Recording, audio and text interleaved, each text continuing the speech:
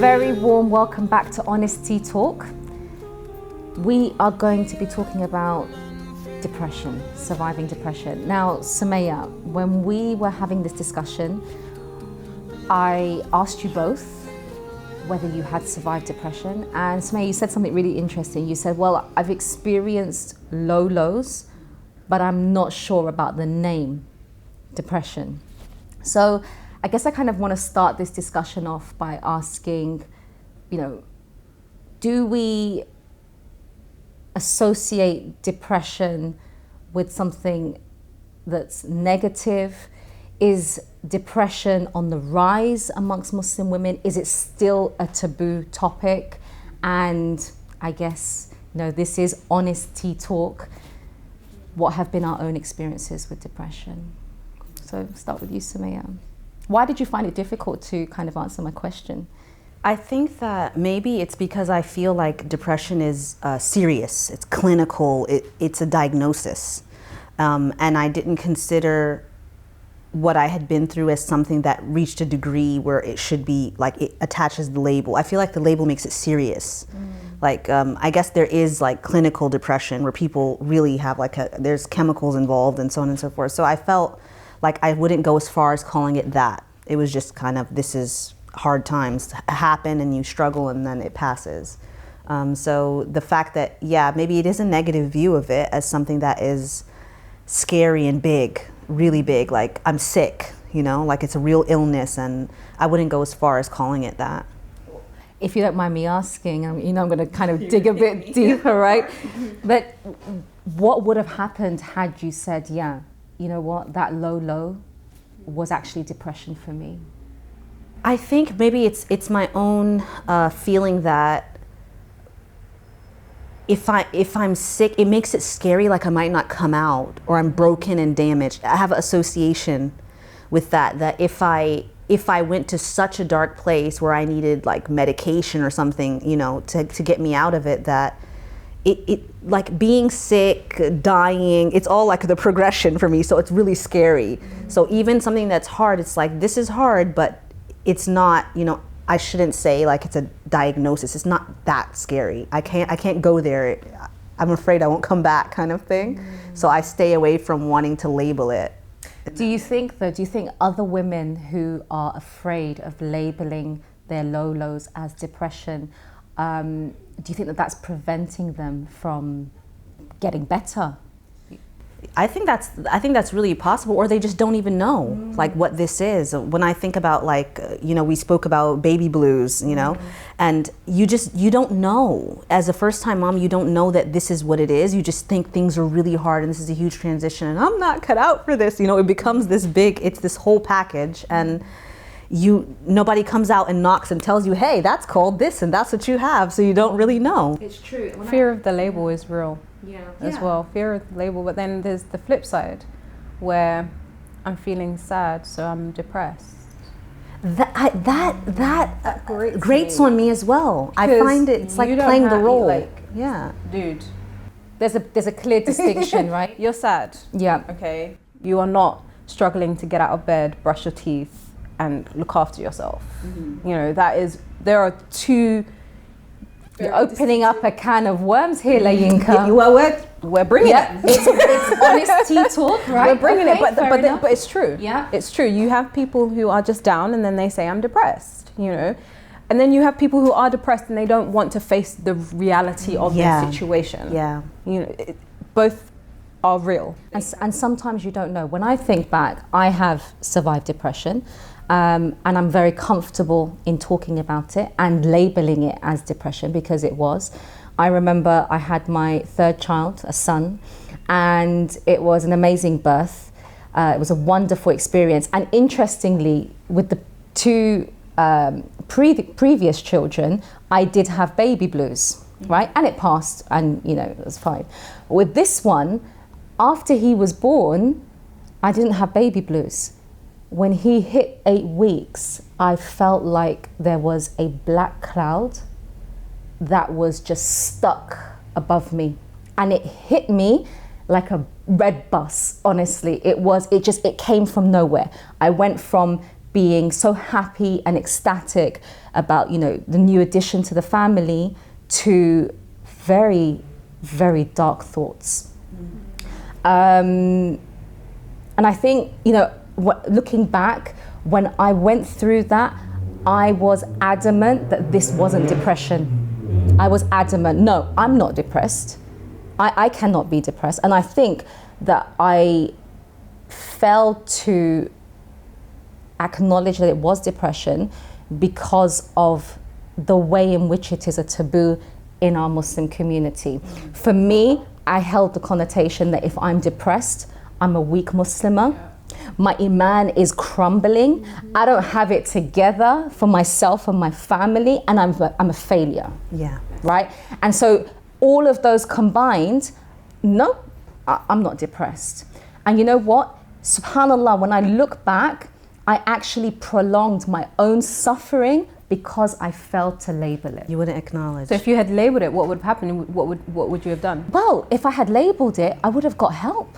Because you know what? It went on and on and on until a really close friend of mine who knows me really well, and she knew me before I became Muslim, she said to me, Aliyah, this is not you. Something is wrong. You have to go to the doctor. Right? And that was like, definite no, because now if I'm asking for meds, my gosh, you know, my whole life is over. It's over. But I think looking back, had I accepted and correctly labeled my emotions and my state as depression, I could have come out of it a lot quicker. It was hard. It was very, very hard because of all those connotations.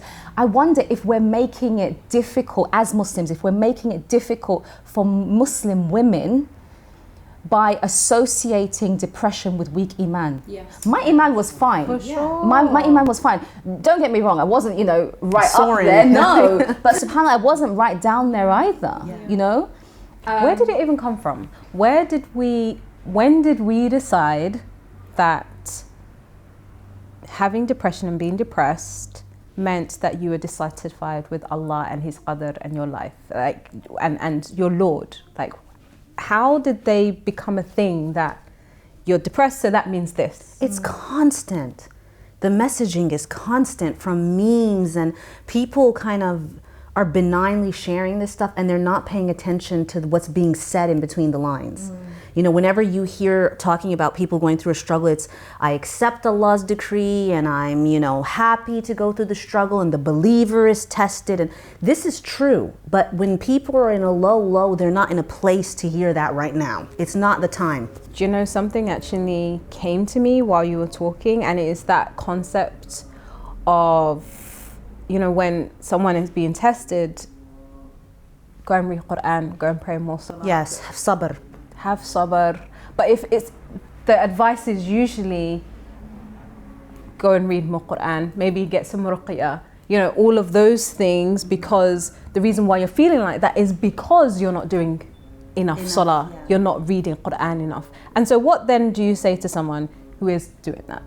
Who's already doing those things. Who's already doing those things. You're just telling them to up the external rituals to kind of boost. If they boosted their connection to God, then their internal state would get fixed. When actually the problem is the internal state. And sometimes, like you said, it's clinical. You know, in my case, it was a chemical imbalance. And, you know, there was nothing happening within my environment that caused, you know, this depressed state. It was an imbalance. And I remember feeling absolutely terrified of booking the appointment with my GP. I was so scared. I was so scared to go there and tell him that, you know what, I'm having dark thoughts about my kids. I'm at home, I'm holding my baby, I'm feeding my baby, and I'm rocking backwards and forwards for hours. You know, I was terrified. I was terrified to lose my children. I was actually even more terrified that I was losing myself. You know, but subhanAllah, when I accepted that, this is postnatal depression, it happens, and it doesn't mean I am a bad Muslim, it doesn't mean I'm a weak Muslim, it just happens. You know, when I accepted that, I was open to a solution. Now, in my case, it was postnatal depression. Obviously, we know that depression can result from environmental factors. Are we, as a community, helping our sisters who are depressed? Are we kind of waving a flag that, you know, depression is real and it's okay, you know, or are we making it difficult for them? I think we are. I think we've moved. We're changing. Yeah, we're changing. The narrative is changing. Yeah. We're in an era where mental health advocacy is out there. Yeah. Alhamdulillah. I am a personal mental health advocate. You know, I am so honest and real about the fact that I've had counseling, I've had therapy, I have done work to sort myself out, because I do that not to say, hey, you know, I'm fixed, but more to say as a way that this is possible for you too. You know, for other sisters to know that it's okay, we can talk about this. This is a common struggle, actually. It's not, you're not alone. I wasn't alone. There are hundreds more of us who are going through the same thing, and maybe, you know, like we're doing today, starting a conversation. So I had postnatal depression, even though I hadn't labeled it. It was my health visitor who actually would hand me leaflets and say, speak to somebody, and have you thought about maybe getting out of the house, and when was the last? So she could obviously see that something was up, and I was just like, what is this woman on? Why is she on my case? Why is she offering me this stuff? Why is she on my case? But it was definitely postnatal depression, but it wasn't a case that I didn't want to label it. I just didn't know what it was.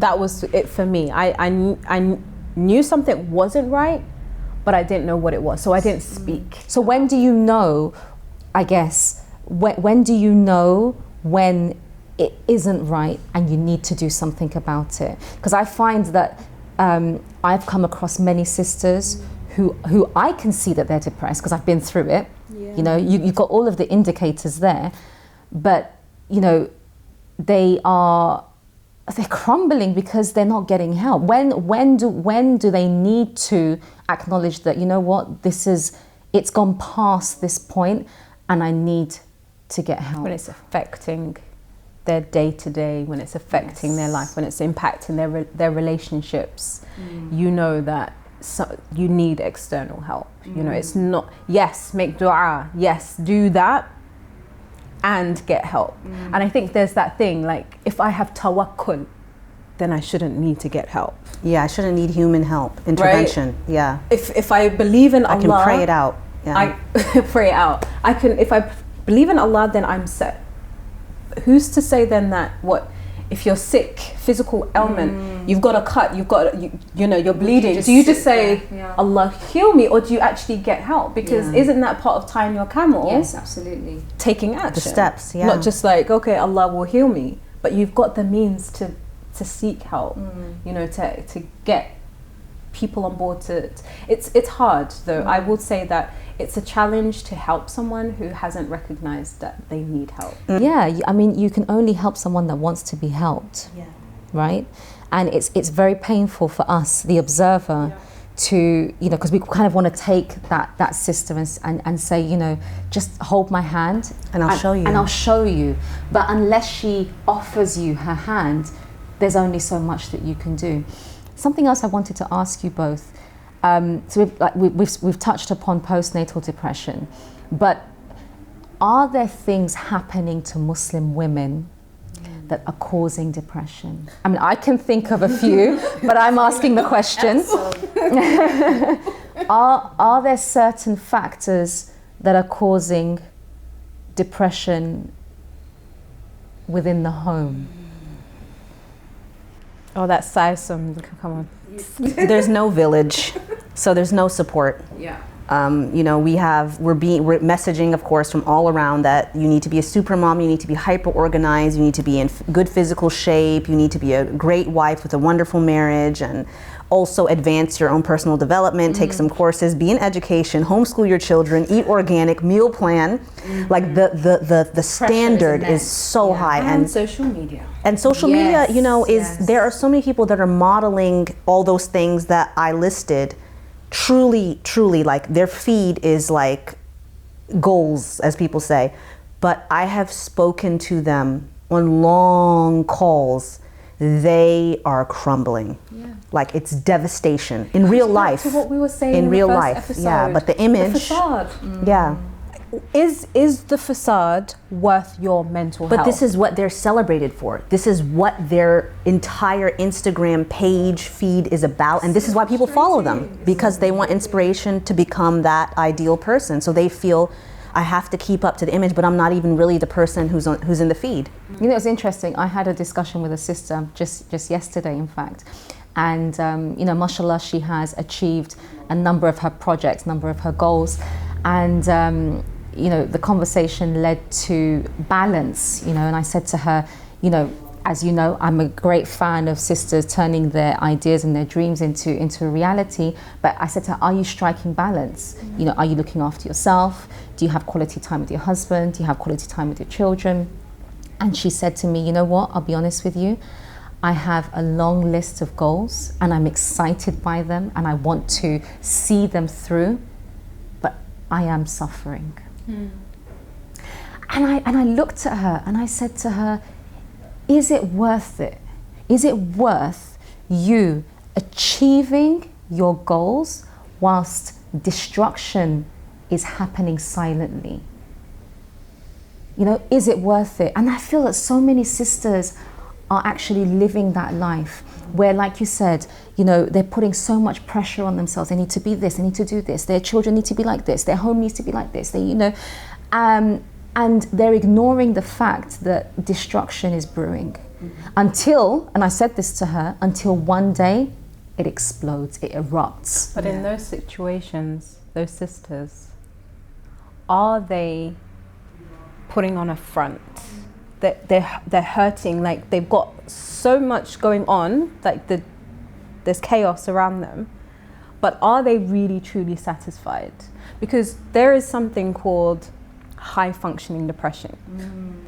People who are, I personally know someone who you would never think in a million years that they're depressed, because they're reaching their goals, they're doing stuff, they're happy when you see them, they're jolly, but they need to function in that way so that people don't see what's really going on. They're functioning, I would go further, they're functioning in that way because they are scared to admit to themselves that something is wrong. And it was only until they faced it and named it, that's when they actually, do you know what ended up happening? They took off all the masks. And it was such and they fully stepped, this is what I'm going through. And then, alhamdulillah, they got the help that they needed. There's an underlying belief that once I get momentum and I start the hustle side of things, that if I cave now, I know how much it took me to get up to the stage where I'm getting results and I'm here. Put this other stuff on the back burner for now and let me just push myself until I finish this thing, and then it's the next thing, and then it's the next thing, and then it caves. Do you know what I said to her? I said to her, if you do not establish balance in your life, what's going to end up happening? You've got all of these projects, all of these goals, all of these desires, right? That destruction, when it erupts, it's going to erupt so badly that you will be in a position where you can only deal with the carnage. You're going to have to turn. Forget about all of those projects and goals, because it's so bad that you can only deal with the carnage and the pieces and literally just surviving. I said to her, I questioned her, I said, do you want to take yourself to that level? I'm with you. Yes, achieve, strive for the sake of Allah, definitely. But not for that. No. Because you know what? That it could take years to rebuild. It could take years to sort that out. I don't know, sometimes are we our worst own enemy? Own worst enemies, yeah. Sometimes I believe that we are. But then I feel like episode 1 and today like really tie in because of that whole still putting up a mask, pretending. So even when someone is crumbling and crushing, like they're really under so much immense pressure, when they're really hurting, when they're in so much pain, when they're at their lowest. Assalamu alaikum, how are you doing? Alhamdulillah. You know, that beloved phrase. You know when someone says that to me, I say to them, how are you? Oh, alhamdulillah. So how are you? You've told me all praise is due to Allah, but you haven't actually answered my question. I like that. There's a follow-up. So I like that. And you have not said how you are, you've just praised Allah. And we put that, you know, that because it goes back to, if I just praise Allah, that means it will all go away. and the believer doesn't complain, and the believer is appreciative. It goes back to the same thing. If I complain, and you know, you don't want to hear someone carrying on, but I'm just saying, like, you know, it's at the same time, it's still, you know, if you don't, you have an inner circle of people who you trust, who know you, who can be there, your support, who you don't, you know, because you don't want to air out your business to everyone. That's fair, but your trusted people, your counselor, people who you know have your back, it's important to be able to be honest with them and talk about where you are and what's happening. And the people who fish you out when you go silent, I go off the radar for months. Like they're like, hello, where are you? What's going on? Yeah, and I think you know, when we think about depression, we automatically go to the cure. So medication, counseling, therapy. But actually, I think before all of that, it's like you said, it's about being totally honest and saying, I'm not well. I'm not well, I'm hurting, I'm breaking, I'm not coping. And being honest to that level, I think it, you know, you kind of done half the work. Yeah. But when you go to the cure without accepting that this is your actual state, it's so much harder. Yeah, it's because so much harder. You'll sit in front of a counsellor and you'll have a front. Yeah, there'll be resistance. Yeah. You know, and then you'll say, oh, well, that didn't work. Well, yeah, it didn't, because it requires you to come fully accepting that this is where I am and this is what's going on. Isn't it amazing? We're talking about, this is like the second episode, we're talking about surviving depression, but it's actually coming back to being real. The previous topic, and that is being real with ourselves. Yeah.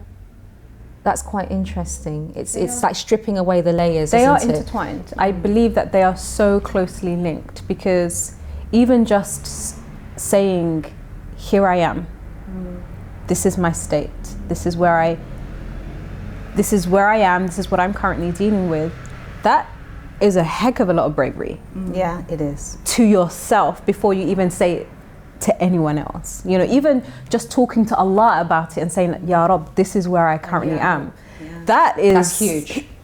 That's huge. It's huge. Yeah. And still, some of us haven't reached that point where we can talk to Allah and say, this is where I am. Yeah, even though He, Azza wa Jal, knows what's taking place within already before we even articulate it. You know, so what we're talking about, being real with ourselves and being real with Allah in what we're going through. That's quite deep, that's quite profound. And then we can be real with others. Yeah, then we can be real with others. Okay, I think we're going to take a break and we'll follow this up afterwards. Depression is a state. We create states. How are we creating our depression then? Had you either the night before taken it out of yourself by speaking to your Lord about it, sincerely speaking to your Lord about it, or the morning after, taking it out of you and lifting it to Him, that's it now. It's no longer inside you, you've released. I love it. I love going into my journal and like, what? I think that sometimes there's a tendency to use that label of being depressed or that it's that serious, and it gives them a ticket out of having to do anything about it or show up or... That's quite something. You're going to open up a can of worms there.